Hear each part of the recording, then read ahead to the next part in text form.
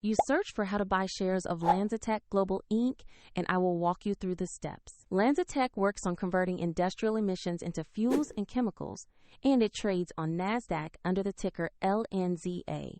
This is an educational guide, not financial advice. To buy LNZA, you need a brokerage account. I will use eToro as an example to show the process.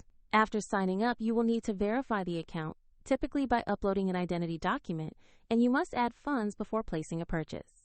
Use the broker's search bar and type the ticker LNZA to locate LanzaTech Global Inc.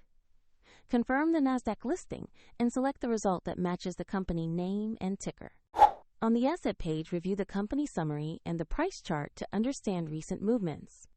Check that the page displays LanzaTech Global Inc. with the LNZA ticker to confirm it is the correct stock.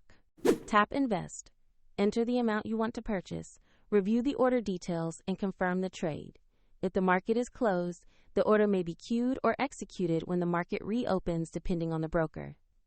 If you do not have enough funds, the platform will prompt you to add money before it can finalize the purchase. Once executed, your LNZA position will appear in your portfolio so you can monitor it. For convenience, the link to eToro is in the description if you want to follow the same steps.